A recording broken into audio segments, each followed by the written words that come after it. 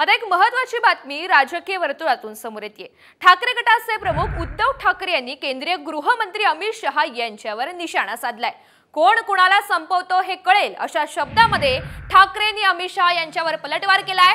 ठाकरे आणि पवारांना रोखावं लागेल असा कानमंत्र नागपुरात अमित शहा यांनी कार्यकर्त्यांना दिला आणि यावरूनच ठाकरेंनी शहांचा समाचार घेतलाय।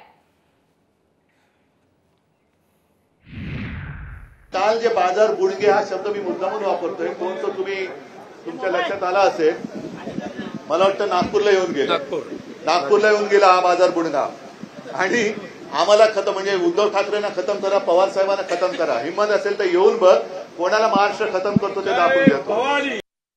यानंतर थेट नाशिकमध्ये जाऊयात। नाशिकमध्ये सध्या मुसळधार पाऊस बरसतोय आणि द्वारका चौक जलमय झाल्याचं चित्र बघायला मिळतंय। पावसाचा अमित शहा यांच्या ताफ्याला सुद्धा फटका बसलाय आणि शहांच्या ताफ्याला तुंबलेल्या पाण्याचा अडथळा निर्माण झाला। पालिका, महामार्ग प्राधिकरण कारभाराचे वाभडे या सगळ्या आता चित्रामुळे उघड झालेले आहे।